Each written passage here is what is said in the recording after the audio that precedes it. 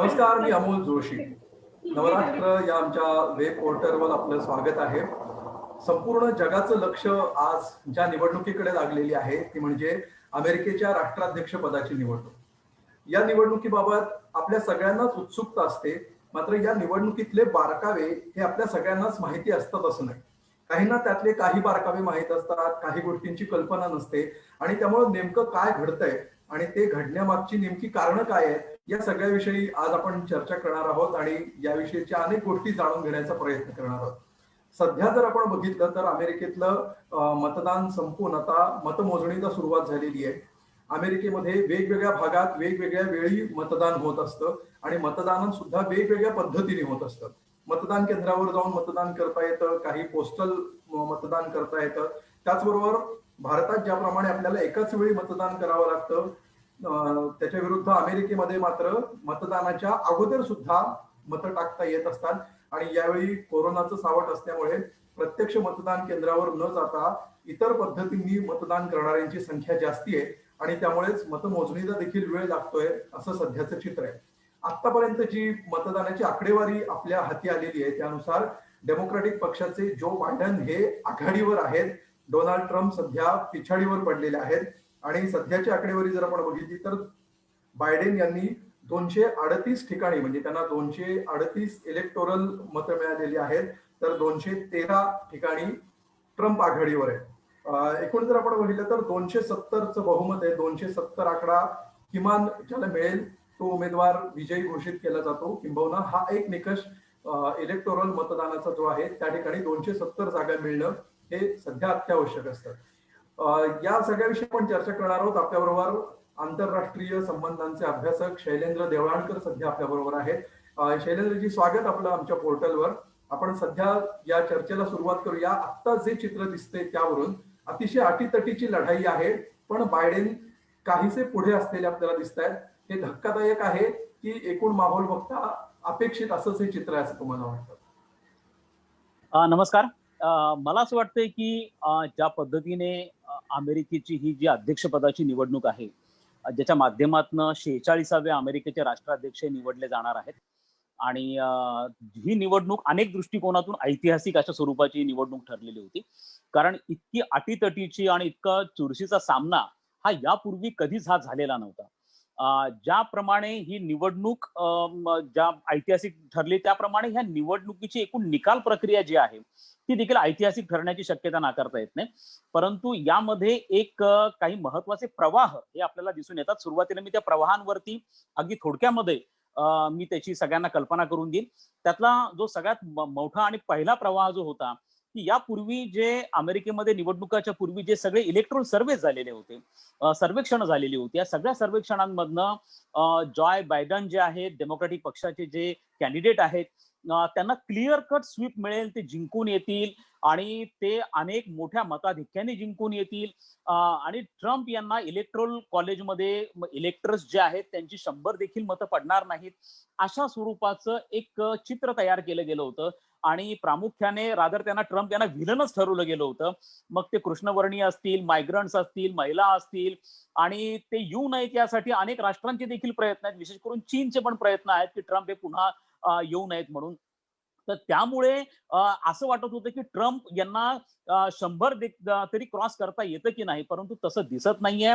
आपण बघतोय की साधारणतः 200 हे इलेक्टर्सची मतं ही आता ट्रम्पला मिळालेली आहेत. आणि सगळ्यात महत्वाचं म्हणजे सध्या जरी तुम्हाला बायडेन हे लीड वरती दिसत असले तरी 3 महत्वाची राज्य आहेत आणि ही जी 3 महत्वाची राज्य आहेत ज्यामधलं मतदान हे डिसायझिव्ह किंवा निर्णायक ठरणार आहे. त्यातलं जे पहिलं राज्य आहे ते म्हणजे मिशिगन आहे, दुसरं विस्कॉन्सिन आहे आणि तिसरं पेनसिल्वेनिया आहे. तर आता ही जी 3 राज्य आहेत या 3 राज्यामधलं अजूनही त्याचे निकाल हे बाकी आहेत आणि हे 3 यापूर्वी डोनाल्ड ट्रम्पकडे होते 2016 मध्ये.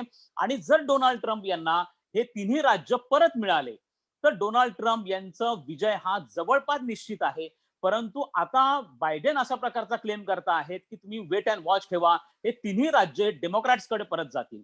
तर या 3 राज्यांना आपण स्विंग स्टेट्स म्हणू शकतो, कारण इथं डेमोक्रॅटिक पक्षाला मानणारे त्याचप्रमाणे रिपब्लिकन पक्षाला मानणारे असे दोघांनाही मानणारे तिथं मोठ्या प्रमाणावरती लोक असल्यामुळे नेमकं ते आपलं जो कौल आहे ते कोणाच्या पारड्यात टाकतात ज्याच्यावरनं सगळ्या गोष्टी डिसाईड होतील आणि साधारणतः पुढच्या 2 ते 2.5 तासांमध्ये हे चित्र पूर्णपणे क्लिअर होईल आणि त्यामुळे मग कोणताही याच्यामधला इश्यू जो आहे तो राहणार नाही आणि मुख्य मुद्दा जो आहे तो साधारणतः या 3 राज्यांच्या संदर्भातला आहे. सगळ्यात महत्वाचं जे राज्य होतं फ्लोरिडा, हे फ्लोरिडा डोनाल्ड ट्रम्प यांना राखण्यामध्ये यश प्राप्त झालेलं आहे आणि त्याचे 29 इलेक्टर्स आहेत.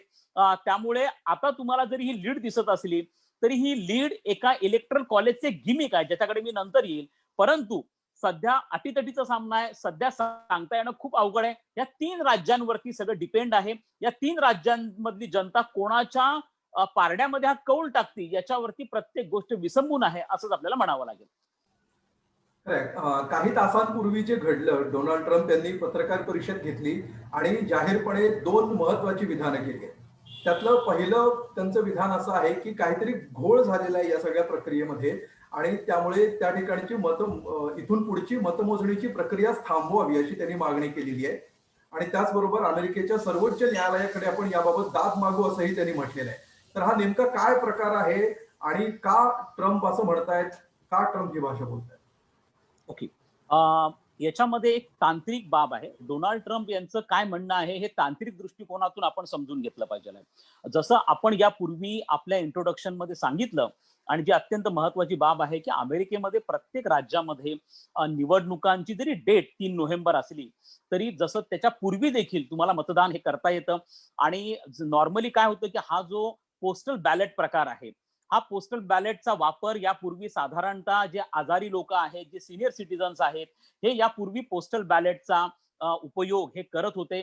परंतु आता आपल्याला असं जाणवते की ही निवडणूक एका दृष्टीने अत्यंत ऐतिहासिक ठरली. कारण साधारणतः या निवडणुकीमध्ये 15 कोटी लोकांनी आपला मतदानाचा हक्क बजावला आणि त्यापैकी 9 कोटी लोक साधारणतः 9 कोटी लोकांनी पोस्टल बॅलेट नुसार आपलं मतदान केलंय. हा 2/3 जवळपास वोटिंग ही पोस्टल बॅलेटने झालेली आहे.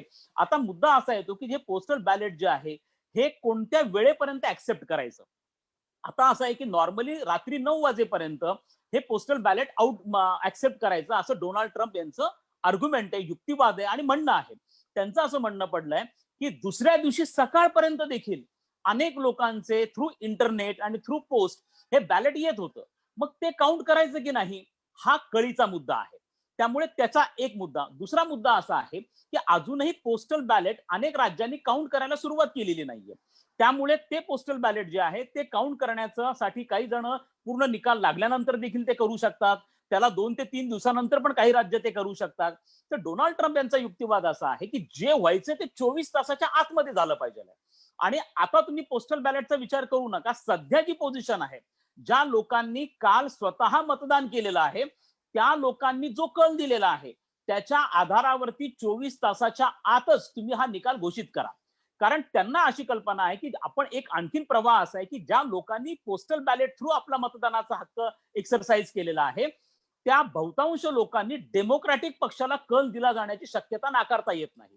आणि ज्या लोकांनी प्रत्यक्ष मतदान केलेलं आहे ते आपल्याला दिसते की ते डोनाल्ड ट्रम्पच्या पक्षामध्ये गेलेलं आहे, रिपब्लिकन पक्षाच्या मध्ये गेलेलं पारड्यामध्ये गेलेला आहे.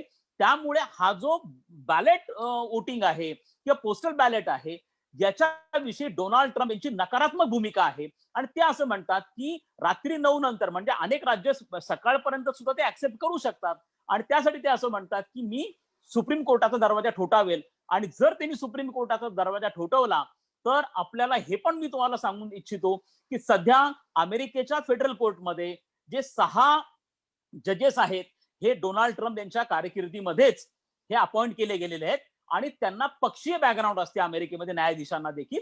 त्यामुळे ते रिपब्लिकन पक्षाचे अपॉइंटेड आहेत असं म्हणावं लागेल. त्यामुळे कदाचित डोनाल्ड ट्रम्प यांना त्याचा फायदा होऊ शकतो येत्या काळामध्ये जर हे मॅटर कोर्टापर्यंत पोहोचलं तर. निश्चित.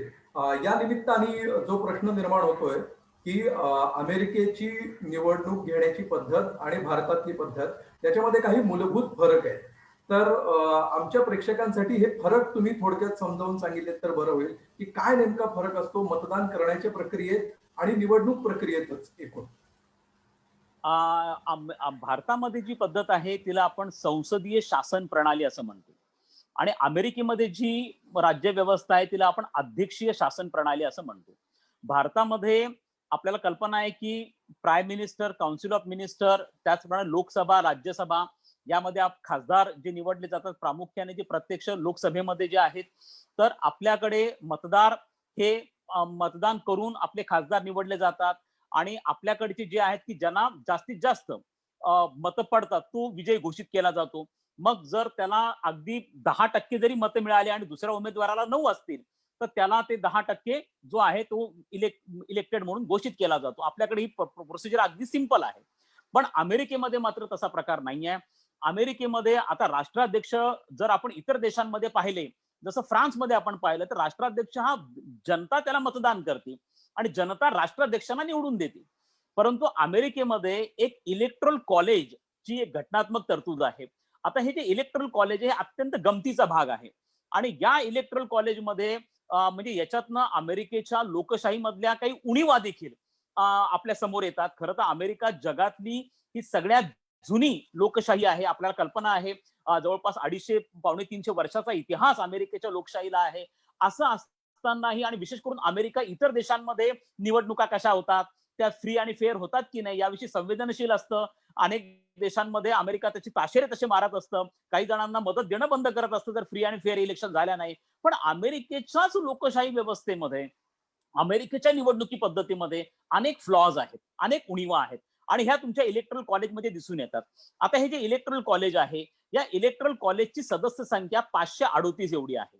आता हे 538 कसे ठरले गेले, तर अमेरिकेमध्ये एकूण 50 राज्य आहेत आणि एक आहे डिस्ट्रिक्ट ऑफ कोलंबिया, डीसी ज्याला म्हणतात. आता हा जो डिस्ट्रिक्ट ऑफ कोलंबिया आणि 50 राज्य, तर आता हे जे 50 राज्य आहेत यांची विभागणी 435 जिल्ह्यांमध्ये करण्यात आलेली आहे. आणि हे जे 435 जिल्हे आहेत ते 435 जिल्हे आणि सिनेटची सदस्य संख्या ही 100 आहे. तर ते 100 त्याच्यामध्ये जर आपण ऍड केले तर ते 535 होतात आणि डिस्ट्रिक्ट ऑफ कोलंबियाचे 3 असे एकूण 538 असे हे इलेक्ट्रल कॉलेजची ही एकूण पूर्णपणे स्ट्रेंथ आहे किंवा संख्या आहे.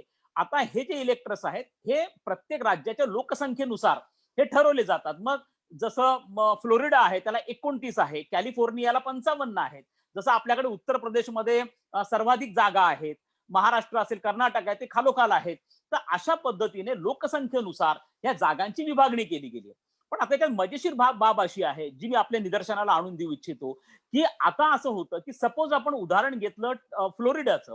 आता फ्लोरिडामध्ये जर 29 इलेक्टर्स असतील तर हे 29 इलेक्टर्स पैकी जर डोनाल्ड ट्रम्प किंवा रिपब्लिकन पक्षाला 15 इलेक्टर्सची मतं मिळाली तर उरलेली जी 14 आहेत जी डेमोक्रॅटिक पक्षाची असतील ती देखील रिपब्लिकन पक्षाला मिळतात. म्हणजे ह्या सिस्टमला म्हणतात की विनर्स टेक्स ऑल, म्हणजे जो विनर आहे तो सगळंच आपल्याकडे घेतो. आणि त्यामुळे आता हे जे 3 राज्य आहेत यामध्ये ज्यांचा विषय मी आता उल्लेख केलेला होता, मिशिगन असेल, विस्कॉन्सिन असेल किंवा पेन्सिल्व्हेनिया असेल, यामध्ये आता ह्या सगळ्याच्या सगळ्या सीट्स एकालाच मिळते, दोघांना डिवाइड नाही होणार. त्यामुळे जो त्याच्यामध्ये एकने जरी जास्त मेजॉरिटी त्यांनी घेतली तर सगळ्या सीट्स त्याच्याकडे ट्रान्सफर केल्या जातील. तर हा एक युनिक पद्धत आहे ही आणि खरं तर ही परंपरा 19व्या शतकापासून चालत आलेली आहे. त्यामुळे तो अजूनही तो प्रकार चालू आहे. आणि दुसरा प्रकार पॉप्युलर वोट्स आणि इलेक्ट्रल वोट्स. आता अनेकदा जो मतदान म्हणजे मागच्या 2016च्या इलेक्शन मध्ये हिलरी क्लिंटन यांना पॉप्युलर वोट्स अमेरिकन जनतेचे फार जास्त मिळाले होते. परंतु डोनाल्ड ट्रम्प यांना इलेक्ट्रल कॉलेजमध्ये इलेक्टर्सची मतं 304 मिळाली. तर 270 हा कट ऑफ आहे. पण त्यामुळे डोनाल्ड ट्रम्प हे निवडून आले. त्यामुळे तो एक प्रकार आहे. दुसरी एक महत्वाची बाब मी थोडक्यात तुम्हाला सांगतो की जसं आपल्याकडे आपले मतदार हे आपला उमेदवार कोण हे ठरवतात, तर अमेरिकेमध्ये मात्र याच्या एक्झॅक्टली उलट पद्धत आहे की अमेरिकेमध्ये जे डिस्ट्रिक्ट्स आहेत ज्यांना आपण जिल्हे म्हणतो, जे 435 आहेत, तर यांच्या सीमारेषा ठरवण्याचं, त्याचप्रमाणे मला कोणते मतदार पाहिजे आहेत हे ठरवण्याचा अधिकार उमेदवारांना आहे. त्यामुळे उमेदवार जिल्ह्याच्या बॉर्डर्स अल्टर करू शकतात आणि ते काही उमेदवारांना आपल्याकडे घेऊ शकतात. म्हणजे मला असं वाटत असेल की एक विशिष्ट समुदाय म्हणजे काही एखादं कृष्णवर्णीय पॉप्युलेशन असेल जे मला फेवरमध्ये आहे किंवा काही मायग्रंट्स असतील जे मला फेवरमध्ये आहेत, तर मी त्यांना माझ्याकडे डिस्ट्रिक्टच्या बॉर्डर्स अल्टर करून घेऊ शकतो, ज्याला अमेरिकेमध्ये या प्रॅक्टिसला जेरीमेंडरिंग असं म्हणतात. आता हा जो जेरीमेंडरिंग प्रकार आहे खरं तर हा नकारात्मक आहे, परंतु तो अमेरिकेमध्ये खूप पॉप्युलर आहे. पण तो अमेरिकेमध्ये ती प्रथा चालत आलेली आहे. अनेक डिस्ट्रिक्ट्समध्ये मतदारसंघच नाही आहेत. अनेकदा कृष्णवर्णीयांना किंवा बाकी महिलांना पण मतदानाचा अधिकार देताना अनेक कंडिशन्स यापूर्वी ठेवण्यात आलेल्या होत्या. तसं भारतामध्ये 26 जानेवारी 1950ला आपली घटना अस्तित्वात आली आणि युनिव्हर्सल फ्रँचाईज म्हणजे प्रत्येकाला मतदानाचा अधिकार मिळाला. तसा प्रकार अमेरिकेमध्ये नव्हता. म्हणजे यापूर्वी कृष्णवर्णीयांना मतदान देताना खूप संघर्ष करावा लागला. मग त्यांना लिटरसीची अट ठेवण्यात आली. यापूर्वी इकॉनॉमिक कंडिशन्स होत्या, म्हणजे जे टॅक्स पेयर्स आहेत तेच फक्त मतदान करू शकत होते. इव्हन 20व्या शतकापर्यंत महिलांना देखील कंडिशन्स टाकून मतदानाचा अधिकार देण्यात आला होता. त्यामुळे अमेरिकेच्या डेमोक्रेसीमध्ये आणि इलेक्ट्रल प्रोसेसमध्ये खूप फ्लॉज असल्यामुळे अलीकडच्या काळामध्ये खूप साऱ्या कोर्ट मॅटर्स व्हायला लागलेले आहेत आणि मग तिथं फेडरल कोर्टचं इंटरव्हेन्शन व्हायला लागलेलं आहे.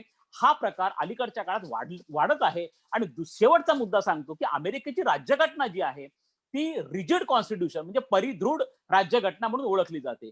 भारताची राज्यघटना लवचिक राज्यघटना आहे. म्हणून आपल्याकडे आतापर्यंत 100हून अधिक घटना दुरुस्त झालेल्या आहेत. कारण काळानुरूप आपली राज्यघटना बदलत असते, नवीन नवीन गोष्टी स्वीकारत असते. तसा अमेरिकेचा प्रकार नाही आहे. अमेरिकेच्या राज्यघटनेमध्ये घटना बदल करणं अत्यंत कठीण प्रक्रिया आहे. त्यामुळे तिथं घटना दुरुस्त्या ह्या बोटार मोजण्या एवढ्या झालेल्या आहेत. आणि म्हणून तिथं ह्या ज्या सिस्टम्स आहेत, हे जे उणीवा आहेत, ह्या वर्षानुवर्ष चालत आलेल्या आहेत आणि भविष्यात त्या पुढे चालत राहताना दिसत आहेत. अमेरिकेच्या निवडणुकीबाबत ज्यावेळी आपण बोलत असतो त्यावेळी बहुतांश जणांना असं वाटत असतं की हा फक्त एक राष्ट्राध्यक्ष निवडण्याची ही सगळी प्रक्रिया आहे आणि त्यासाठी ही सगळी यंत्रणा सुरू आहे. मात्र प्रत्यक्षात तसं नाहीये. केवळ राष्ट्राध्यक्ष कोण म्हणजे ट्रम्प होणार की बायडेन होणार एवढा निर्णय घेण्यापुरती ही सगळी प्रक्रिया नाहीये. तर ह्याच्या पलीकडे सुद्धा एक मोठी निवडणूक प्रक्रिया या सगळ्यामध्ये सुरू असते. त्याविषयी सुद्धा मला सांगा. अगदी बरोबर आहे की आता ही जी निवडणूक होत आहेत ह्या केवळ राष्ट्राध्यक्ष पदाच्या नाहीयेत, तर याच्यामध्ये सिनेट असेल आणि हाऊस ऑफ रिप्रेझेंटेटिव्ह या दोघांसाठी पण मतदान होत आहे. त्याचप्रमाणे 11 राज्यांचे राज्यपाल देखील याच्यातनं निवडले जाणार आहेत. सिनेट हे जसं आपल्याकडे म्हणजे अमेरिकेमध्ये उलट आहे. जसं आपल्याकडे लोकसभा आणि राज्यसभा आहे. लोकसभेमध्ये डायरेक्टली आपल्याकडे इलेक्ट होऊन जात असतात, परंतु लोकसभा हे तुलनात्मक दृष्ट्या आपल्याकडे पॉवरफुल मानलं जातं. अमेरिकेमध्ये उलट आहे. अमेरिकेमध्ये सिनेट जरी अप्पर सभागृह असलं आणि हाऊस ऑफ रिप्रेझेंटेटिव्ह लोअर सभागृह असलं तरी सिनेटला सर्व अधिकार आहेत आणि सिनेटकडे अधिकारांचं झालं. म्हणून सिनेटमध्ये कोणाचं वर्चस्व आहे, तर या सिनेटच्या देखील निवडणुका या सायमल्टेनियसली होत आहेत. हाऊस ऑफ रिप्रेझेंटेटिव्हचे देखील होत आहेत. त्यामुळे सिनेटमध्ये रिपब्लिकन पक्षाचं आता वर्चस्व आहे. जर ते कायम त्यांना ठेवण्यामध्ये यश मिळालं तर मग निश्चितपणे परिस्थिती वेगळी असेल. त्याचप्रमाणे 11 राज्यांचे राज्यपाल देखील याबरोबर निवडले जात आहेत. त्यामुळे ही कम्प्रिहेन्सिव्ह निवडणूक प्रोसेस आहे. याच्यामध्ये केवळ राष्ट्राध्यक्ष नाही तर त्यांचं लोअर हाऊस आणि अप्पर हाऊस त्याचबरोबर अनेक राज्यांचे राज्यपाल हे देखील सायमल्टेनियसली निवडले जात आहेत. खरंय. आता ह्याच्यामध्ये पुढचा विषय आपण घेऊया की नेमक्या कुठल्या निकषावर अमेरिकेतले मतदार सध्या मतदान करणार आहेत. म्हणजे डेमोक्रॅटिक आणि रिपब्लिकन या दोन पक्षांच्या मूलभूत विचारसरणीमध्ये बदल आहे, फरक आहे आणि तो फरक पिढ्यानपिढ्या सगळ्यांना माहिती आहे. म्हणजे एक प्रकारे उजव्या विचारसरणीकडे झुकणारा असा रिपब्लिकन पक्ष आणि पुरोगामी म्हणून डेमोक्रॅटिक पक्ष अशा प्रकारची ती विभागणी पारंपरिकरित्या केली जाते आणि तशी चर्चा वर्षानुवर्ष सुरू असते. तर केवळ हा एकमेव धागा मतदान करताना मतदारांपुढे असणार आहे की या व्यतिरिक्त अजून ज्याला आपण कळीचे मुद्दे म्हणतो की जे पक्षाशी संबंधित नाहीयेत पण त्या पक्षांनी ते उचलून धरलेले आहेत, असे कुठले कळीचे मुद्दे सध्या अमेरिकेतल्या मतदानामध्ये महत्वाचे होते ज्याच्या आधारावर बहुतांश लोकांनी मतदान केलेलं आहे? मला असं वाटतं की मी जसं सुरुवातीला म्हणालो की अमेरिकेची ही निवडणूक अनेक दृष्टिकोनातून ऐतिहासिक आहे. खरं तर या निवडणुकीमध्ये अमेरिकन समाज हा किती विभागला गेलेला आहे आणि त्यांच्यामधली जी स्पर्धा आहे, तेढ आहे, तणाव हा किती प्रचंड प्रमाणात वाढलेला आहे हे याच्यामधनं प्रतिबिंबित होतं. एवढं मोठं ध्रुवीकरण हे अमेरिकन समाजात कधीच झालेलं नव्हतं आणि हे ध्रुवीकरण इतकं वाढलेलं आहे की आता अनेक शक्यता अशा वर्तवल्या जात आहेत की डोनाल्ड ट्रम्प निवडून आले तरी अमेरिकेमध्ये काही हिंसक घटना घडू शकतात आणि नाही आले तरी हिंसक घटना घडू शकतात.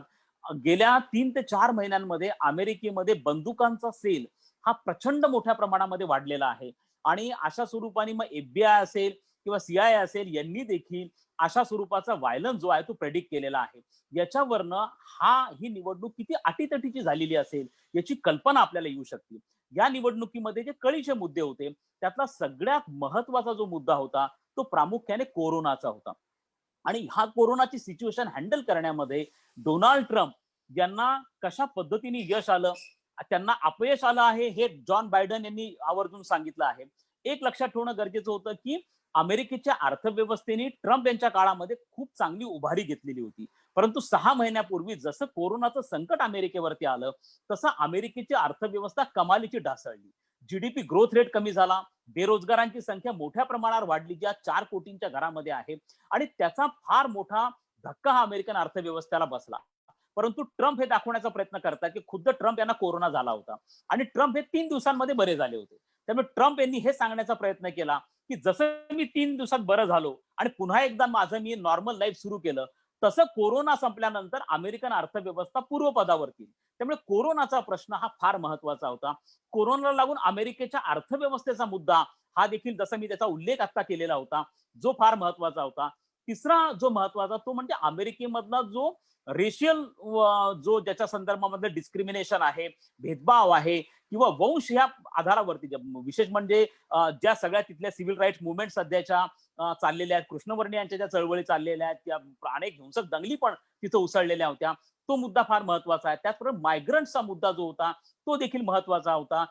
त्याचप्रमाणे हेल्थ केअर हा देखील मुद्दा, कारण बराक ओबामांची जी हेल्थ केअर स्कीम होती, जी डोनाल्ड ट्रम्प यांनी बाजूला टाकली होती, त्यामुळे यावेळेला कोरोनाच्या क्रायसिसचा सामना करताना लोकांना मोठ्या प्रमाणावरती अडचणीचा सामना करावा लागला. केवळ श्रीमंतांना टेस्ट झाल्या, त्यांना ट्रीटमेंट मिळाली, गरिबांना ह्या सगळ्या फॅसिलिटीज मिळाल्या नाही, अशा प्रकारचे आरोप देखील मोठ्या प्रमाणावरती झाले. त्यामुळे ओबामा हेल्थ केअर हा देखील अत्यंत महत्वाचा कळीचा मुद्दा ठरला.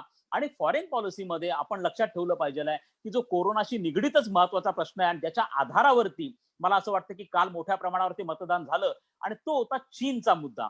कारण यासाठी अमेरिकेमध्ये मोठ्या प्रमाणावरती चीनला दोषी धरणं चाललेलं आहे. कोरोना हा चीनमुळे आलेला आहे, याच्याविषयी अमेरिकन जनता ही कन्व्हिन्स्ड आहे. त्याचप्रमाणे ज्या पद्धतीचं व्यापार युद्ध अमेरिकेचं चीन बरोबर चाललं आहे, आणि सगळ्यात महत्वाची बाब मी आपल्या सगळ्यांच्या निदर्शनाला आणून देऊ इच्छितो की आजपर्यंत आपण बघितलं की दुसऱ्या महायुद्धानंतर अमेरिकेच्या परराष्ट्र धोरणाचं एक मुख्य उद्दिष्ट राहिलंय, आणि ते म्हणजे अमेरिकेची जी सुप्रीमसी आहे ती सुप्रीमसी कायम ठेवणं. आता ही सुप्रीमसी काय आहे की अमेरिका जगामध्ये नेहमी नंबर 1 पोझिशनला राहायला पाहिजे. आजपर्यंत अमेरिका जगातली सगळ्यात मोठी महासत्ता म्हणून आहे. आता मुद्दा असा येतो आहे की आता चीन ज्या पद्धतीने स्वतःचा विकास करतोय, आक्रमक बनतोय, चीन विस्तारवादी बनलेला आहे, त्यामुळे चीन आता अमेरिकेची जागा घेण्याचा प्रयत्न करतो आहे. हे अमेरिकन जनतेला सहन होणार नाहीये. त्यांच्याकडची जी एक व्हाईट रेशियल सुप्रीमसी आहे, ती सुप्रीमसी पुन्हा एकदा ऍसर्ट करणं फार महत्वाचं आहे. आणि त्यामुळे आपण बघतो की काल मतदानासाठी ज्या लोकांनी प्रत्यक्ष मतदान केलं आणि डोनाल्ड ट्रम्प आणि रिपब्लिकन पक्षाच्या पारड्यात मत टाकलं, हा प्रामुख्याने जो भाग आहे. आता अमेरिकेमध्ये ईस्टर्न कोस्ट आणि वेस्टर्न कोस्ट असे 2 कोस्ट आहेत, आणि ह्या ईस्टर्न कोस्ट आणि वेस्टर्न कोस्ट मध्ये जी सुशिक्षित जनता आहे, प्रसार माध्यम आहेत, इंडस्ट्रीज आहेत, ह्या ईस्टर्न आणि वेस्टर्न कोस्ट मध्ये आहेत. परंतु जो मधला अमेरिका आहे, ज्याला कॉन्टिनेंटल अमेरिका असं म्हटलं जातं, या कॉन्टिनेंटल अमेरिकेमध्ये फारसा विकास झालेला नाहीये, आणि तिथं राहणारे जे लोक आहेत हे बेसिकली कन्झर्वेटिव्ह इव्हॅन्जेलिस्ट ख्रिश्चन लोक आहेत. आणि हा जो आहे हा रिपब्लिकन पक्षाची वोट बँक आहे. आणि असं दिसतं आहे की यावेळेला ह्या बेल्टनी मोठ्या प्रमाणावरती बाहेर येऊन डोनाल्ड ट्रम्प यांना मतदान केलेलं आहे. कारण अमेरिकेमधला या कॉन्टिनेंटल बेल्ट मधला जो सनशाईन बेल्ट आहे, इंडस्ट्री बेल्ट आहे, या ठिकठिकाणी रिपब्लिकन पक्षाला पुढाकार मिळालेला, रिपब्लिकन पक्षाला मताधिक्य मिळालेलं आहे. याचा अर्थ असा होतो की पुन्हा एकदा हा जो सगळा मोठा ग्रुप आहे कॉन्टिनेंटल बेल्ट मधला, जो ज्याला बायबल बेल्ट असं देखील म्हटलं जातं, या लोकांनी डोनाल्ड ट्रम्प यांच्या पारड्यामध्ये आपला कौल दिलेला आहे. या उलट यंगस्टर्स आणि कृष्णवर्णीय आणि जे बऱ्यापैकी प्रसार माध्यम आहे, सुशिक्षित आहेत, ते डेमोक्रॅटिक पक्षाकडे झुकलेले आपल्याला दिसत आहेत. परंतु निर्णायक मत हे प्रामुख्याने कॉन्टिनेंटल अमेरिकेचं ठरलेलं आहे. नक्कीच. शैलेंद्रची अजून एक महत्वाचं जर आपण वैशिष्ट्य बघितलं तर साधारण 92 सालापासून सातत्याने एकाच राष्ट्राध्यक्षाला 2 वेळा अमेरिकन जनतेनं संधी दिलेली आहे. यापूर्वी बराक ओबामा, त्याच्या अगोदर जॉर्ज बुश असतील, बिल क्लिंटन असतील, या सगळ्यांना 2-2 वेळा संधी दिलेली आहे. त्यामुळे आता डोनाल्ड ट्रम्प यांच्या बाबतीत पुन्हा हा इतिहास कायम पुढे सुरू राहतो की बदलणार, हा एक उत्सुकतेचा विषय आहे. मात्र अमेरिकन राष्ट्राध्यक्षांच्या इतिहासामध्ये जर व्यक्तिगत कारकिर्दीचा विचार केला तर डोनाल्ड ट्रम्प यांच्या कारकिर्दीविषयी काय सांगता येईल? कारण प्रचंड वादग्रस्त अशी कारकीर्द त्यांची राहिलेली आहे.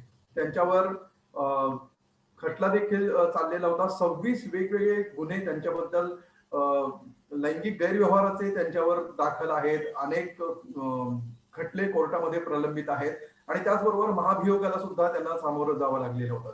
तर या सगळ्याचा किती परिणाम त्यांच्या मतांवर झाला असेल असं आपल्याला वाटतं?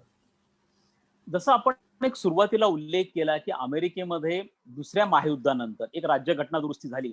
त्याच्या पूर्वी थिओडोर रुझवेल्ट हे अमेरिकेचे राष्ट्राध्यक्ष होते आणि ज्यांनी शेवटचे राष्ट्राध्यक्ष होते की ज्यांनी 3 टर्म्स राष्ट्राध्यक्ष पदाच्या एन्जॉय केलेल्या होत्या आणि ते 3 टर्म राष्ट्राध्यक्ष राहिलेले होते. पण त्याच्यानंतर घटना दुरुस्ती करण्यात आली आणि त्यानुसार असं ठरवण्यात आलं की एका व्यक्तीला केवळ 2 टर्म राष्ट्राध्यक्ष राहता येईल. आपण त्याच्यानंतर आतापर्यंत म्हणजे 2020 पर्यंत लगातार बघतो की प्रत्येक कॅन्डिडेटनी 2 टर्म्स ह्या एन्जॉय केल्यात. एका राष्ट्राध्यक्षाची एक टर्म 4 वर्षांची असती.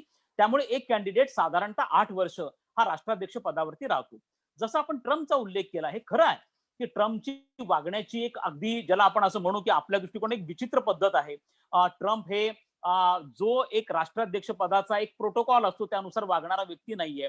विशेष म्हणजे राष्ट्राध्यक्षांनी काही धोरणात्मक गोष्टी ज्या अमेरिकेच्या असतात, शक्यतो परराष्ट्र धोरणाच्या बाबतीमध्ये जरी राष्ट्राध्यक्ष बदलले तरी परराष्ट्र धोरणात फारसे बदल होत नाहीत. परंतु आणि त्याचप्रमाणे अनेक लोकांचा सल्ला मसलत घेऊन हे करणं. परंतु डोनाल्ड ट्रम्प सारखा व्यक्ती की जो सातत्याने आपले सल्लागार बदलत आलेले, दर 6 महिन्यांनी त्यांचे सल्लागार बदलतात, राष्ट्रीय सुरक्षा सल्लागार बदलतात, त्याचप्रमाणे त्यांचे मंत्री त्यांनी मोठ्या प्रमाणात बदललेले आहेत.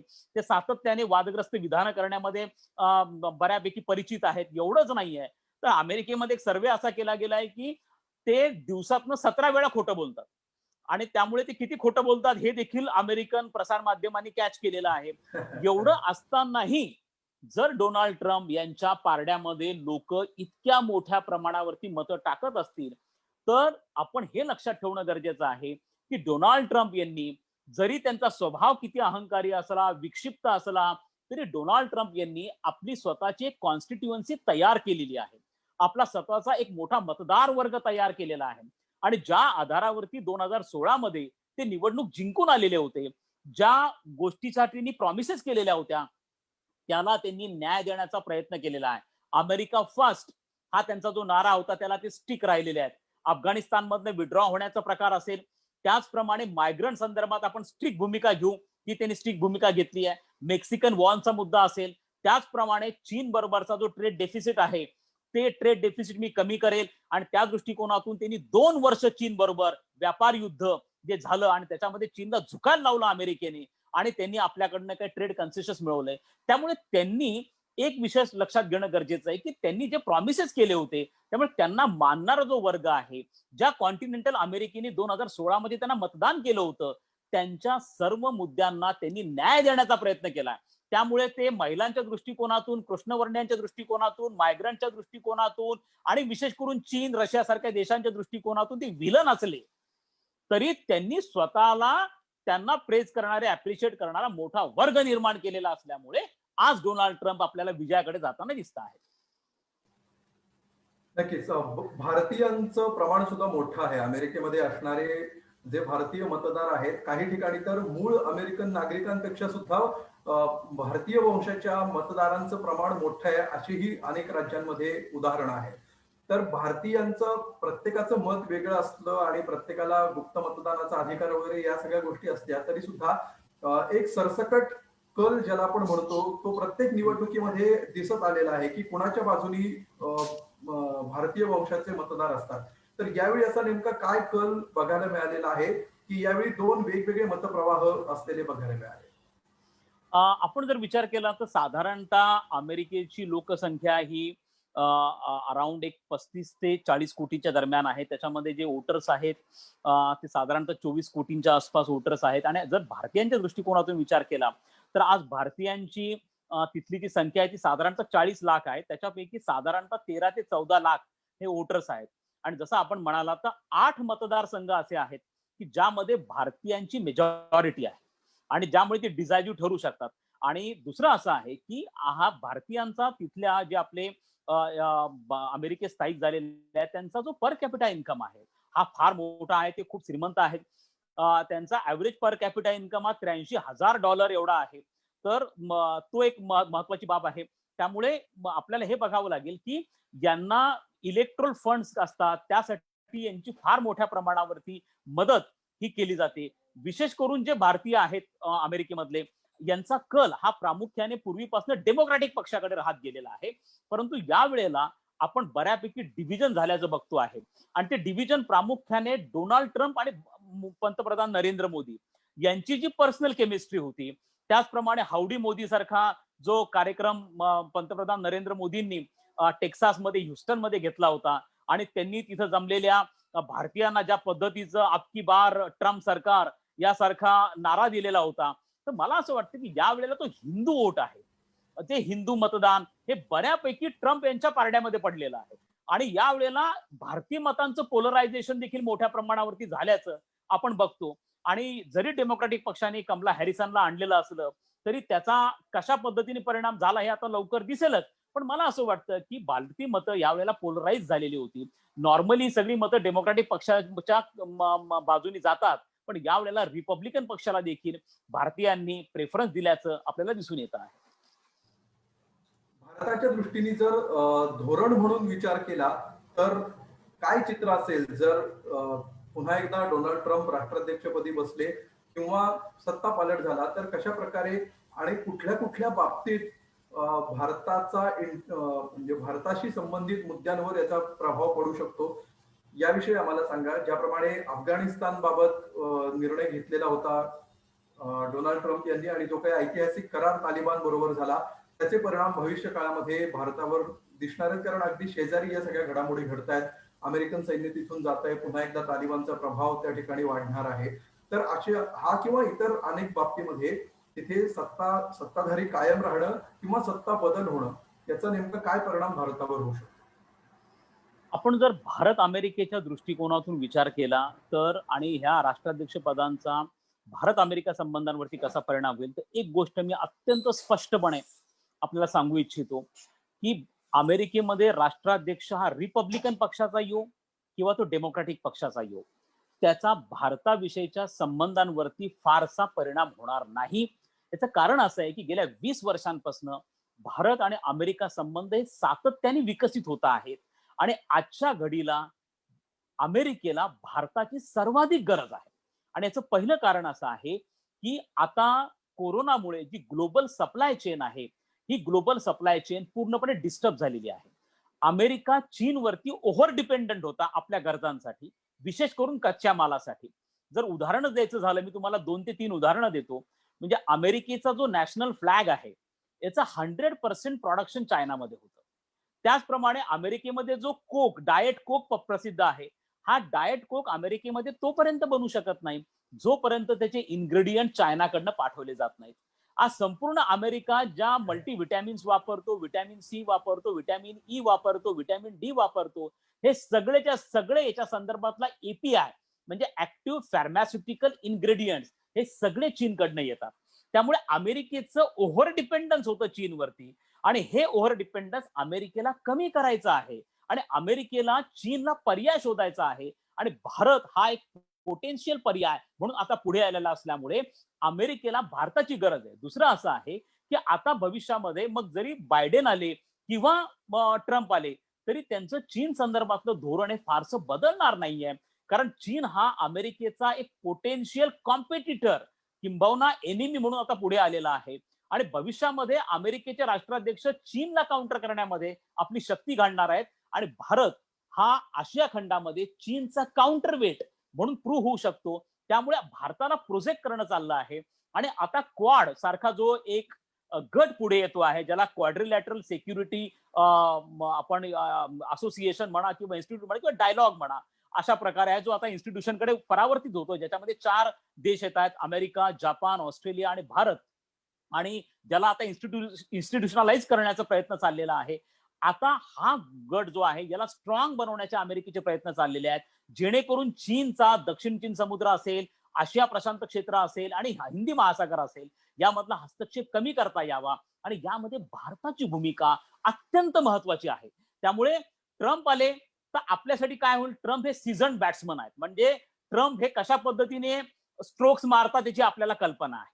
त्यामुळे आता स्लॉग आवर सुरू झालेला असल्यामुळे ट्रम्प आले तर आपल्याला परवडू शकतं, कारण चायना इंडिया टेन्शन प्रचंड वाढलेले आहेत आणि अशा प्रसंगी ट्रम्प आपल्या 100% पाठीशी उभे आहेत.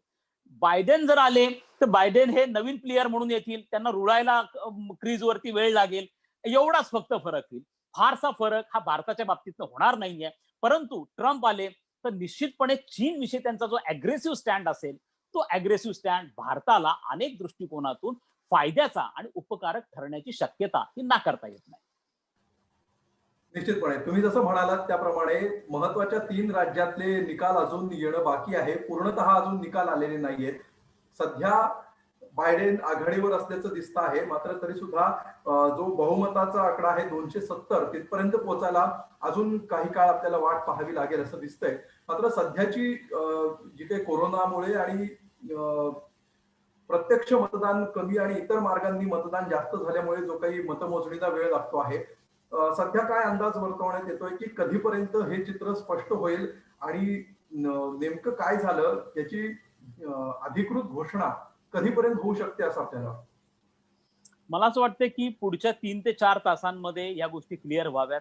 जर हे 3 राज्य ज्यांचा मी उल्लेख केला पुन्हा एकदा, म्हणजे आपल्या सगळ्या ऑडियन्ससाठी मी पुन्हा सांगू इच्छितो, या 3 राज्यांच्या निकालांवरती या निवडणुकीचं भवितव्य ठरणार आहे. त्यातला एक पेनसिल्व्हेनिया आहे, दुसरं मिशिगन आहे आणि तिसरं विन्स्कॉन्सिन आहे. हे जे 3 राज्य आहेत, हे 3 राज्य यापूर्वी रिपब्लिकन पक्षाकडे होते. जर डोनाल्ड ट्रम्प यांना या तिन्ही राज्यामध्ये आपलं बहुमत राखता आलं तर 100% डोनाल्ड ट्रम्प यांच्या बाजूने. आता कळीचा मुद्दा असा येतो की या 3 राज्यांनी आपलं जे पोस्टल बॅलेट आहे, हे पोस्टल बॅलेटचं काउंटिंग, तर जर यांना क्लिअर कट डोनाल्ड ट्रम्प यांना याच्यामध्ये, कारण सध्या ते आघाडीवरती आहेत आणि पोस्टल बॅलेट शिवाय जर यांना मिळाली लीड तर प्रश्नच उद्भवत नाही. पण जर तिथं टाय झालं किंवा अटीतटी झालं आणि पोस्टल बॅलेट काउंट करण्याचा प्रकार झाला तर तो नेमका कधीपर्यंत ते पोस्टल बॅलेट ऍक्सेप्ट केले जावेत, काय केले जावेत, यावरनं वाद निर्माण होऊ शकतो आणि मग हे मॅटर कोर्टात जाऊ शकते. कोर्टात गेलं तर निश्चितपणे याला निकालाला विलंब लागेल. परंतु पुढच्या 2 ते 3 तासांमध्ये जर यांना क्लिअर लीड मिळून गेली ट्रम्पला किंवा बायडेनला तर हा प्रश्न उद्भवणार नाही. पण एक मात्र शेवटी मी सांगू इच्छितो की डोनाल्ड ट्रम्प इतक्या सहजासहजी आपली खुर्ची सोडणार नाहीत. ओके, हा एक अत्यंत महत्वाचा भाग आहे. ज्या पद्धतीचं व्यक्तिमत्व ट्रम्प यांचं आहे त्यामुळे ते कोणत्याही हद्दीपर्यंत जातील, ते फाईट करतील आणि बरेचसे तिथं, म्हणजे अजूनपर्यंत तरी तिथं व्हायलन्स हा झालेला नाहीये, परंतु येत्या काळामध्ये हिंसाचार सुद्धा घडण्याची शक्यता नाकारता येत नाहीये. इतकं कमालीचं तणावपूर्ण वातावरण सध्या अमेरिकेमध्ये आहे. त्यामुळे पुढचे 3-4 तास या सर्व दृष्टिकोनातून महत्वाचे ठरतील असं मला वाटतं.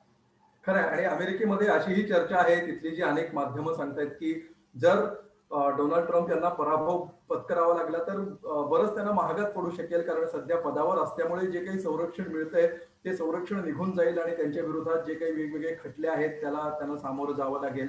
असंही एका तिथल्या मोठ्या वृत्तसंस्थेनं जे काही रिपोर्ट्स केले होते त्याच्यामध्ये असं सांगितलेलं होतं की मागच्या निवडणुकीच्या निकालाच्या वेळी देखील डोनाल्ड ट्रम्प हे हेलिकॉप्टर तयार ठेवून होते आणि कुठल्याही क्षणी आपल्याला अमेरिकेतून बाहेर पडायच्या तयारीत होते. मात्र आयत्या वेळी निकाल वेगळे लागले आणि पुन्हा पुढे जे काही इतिहास घडला तो आपल्या सगळ्यांना माहितीच आहे. या सगळ्यामध्ये ट्रम्प यांची जोरदार चर्चा आहेच. मात्र बायडेन यांच्याविषयी सुद्धा आपण थोडं आमच्या प्रेक्षकांसाठी सांगा. बराक ओबामा असताना सलग 8 वर्ष ते उपराष्ट्राध्यक्ष म्हणून त्यांनी कारकीर्द बजावलेली आहे. मात्र या व्यतिरिक्त अजून त्यांची काय खास वैशिष्ट्ये आहेत, कुठल्या कारणासाठी मतदार त्यांच्याकडे आकर्षित होत आहेत? आपण लक्षात घेतलं पाहिजे की अमेरिकन लोक जे आहेत त्यांची राष्ट्राध्यक्षाकडे बघण्याची एक वेगळी दृष्टी आहे. म्हणजे त्यांना त्यांचा राष्ट्राध्यक्ष कशा पद्धतीचा पाहिजे आहे. तर आपण नॉर्मली असं बघतो की भारतामध्ये जर आपल्या पंतप्रधानांनी ट्रॅक सूट शूज वगैरे घातले, ट्रॅक सूट घातले किंवा ते कुठे जॉगिंग करतायत किंवा बाहेर गेलं तर कदाचित आपल्या मतदारांना त्याचे फार वेगळ्या प्रकारच्या प्रतिक्रिया या उमटू शकतात. पण अमेरिकेत तसा प्रकार नाहीये. अमेरिकेमध्ये लोकांना त्यांचा राष्ट्राध्यक्ष हा अत्यंत डायनॅमिक पद्धतीने बघण्याची सवय आहे, अत्यंत आक्रमक पद्धतीने बघण्याची सवय आहे. आणि मग तो ज्या पद्धतीचा म्हणजे जसं डोनाल्ड ट्रम्प सारखा प्रकार आहे ते कधी कधी म्हणजे ते रियालिटी शो मध्ये होते, ते सगळ्या मीडियाचं लक्ष आपल्याकडे आकर्षित करून घेऊ याच्यामध्ये ते रिअल इस्टेटमध्ये होते, त्या अनेक नाटकांमध्ये सुद्धा त्यांनी कामं केलेली आहेत. त्यामुळे मीडियाचं लक्ष आपल्याकडे आकर्षित करून घेणं, सातत्याने मीडियामध्ये राहणं, प्रकाश झोतामध्ये राहणं, आणि तशा पद्धतीने म्हणजे काल त्यांनी अमेरिकेच्या नॅशनल अँथम वरती ज्या पद्धतीचा डान्स केला, जो आता सोशल मीडियावरती प्रचंड व्हायरल आहे, तसा प्रकार हा अमेरिकन लोकांना बऱ्यापैकी आवडणारा प्रकार आहे. मग तो बिल महाराष्ट्रात सुद्धा क्लिंटन त्यांना तात्या म्हणून मोठी प्रसिद्धी मिळाली. एक्झॅक्टली. तर तो हा जो प्रकार आहे तो तुम्हाला जॉय बायडनच्या विषयी दिसणार नाही. जॉय बायडन हे अत्यंत शांत, संयमी स्वभावाचे आहेत. दुसरं म्हणजे त्यांचा एज. डोनाल्ड ट्रम्प यांचं वय हे 74 आहे. बायडन यांचं वय 78 आहे. त्यामुळे जर बायडन हे अमेरिकेचे राष्ट्राध्यक्ष बनले तर सगळ्यात वयस्कर राष्ट्राध्यक्ष 250 वर्षांमधले सगळ्यात वयस्कर राष्ट्राध्यक्ष म्हणून इतिहास हे बायडन घडवतील. परंतु हा एक भाग नक्कीच होतो की मी त्यांची म्हणजे ते एक अकॅडमिशियन अशा स्वरूपाचे आहेत आणि त्यांना तसं मीडिया अटेन्शन स्वतःकडे घेणं वगैरे हा प्रकार होत नाही. पण मला असं वाटतं की अमेरिकन लोकांची सायकी जी आहे ती प्रामुख्याने डायनामिक अशा स्वरूपाचा एक असा व्हायब्रंट अशा स्वरूपाचा एक राष्ट्राध्यक्ष आपला पाहिजे आहे.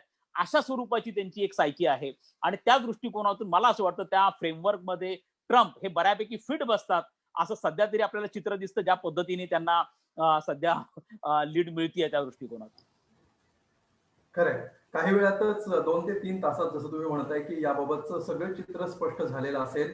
नवराष्ट्राच्या वेबसाईटवर या सगळ्या निकालांचे अपडेट्स आणि ताजी आकडेवारी आम्ही देत आहोतच. निकालाचं सविस्तर विश्लेषण देखील आपण करत राहणार आहोत. शैलेंद्रजी, तूर्त धन्यवाद, तुम्ही आम्हाला वेळ दिलात त्याबद्दल. निकाल स्पष्ट झाल्यानंतर तुम्हाला विनंती आहे की पुन्हा एकदा आपण आमच्यासाठी काही वेळ काढाल आणि या निकालावर आपण काही वेळ निश्चितपणे चर्चा करू आणि त्याचे अर्थ समजून घेण्याचा आपण प्रयत्न करू. तूर्त खूप खूप धन्यवाद या चर्चेमध्ये आपण सहभागी झालात त्याबद्दल. ही चर्चा आता मी इथेच थांबवतो आहे. निकाल स्पष्ट झाल्यानंतर पुन्हा एकदा आपण भेटणार आहोत. तोपर्यंत पाहत रहा आणि वाचत रहा नवराष्ट्र.com. धन्यवाद.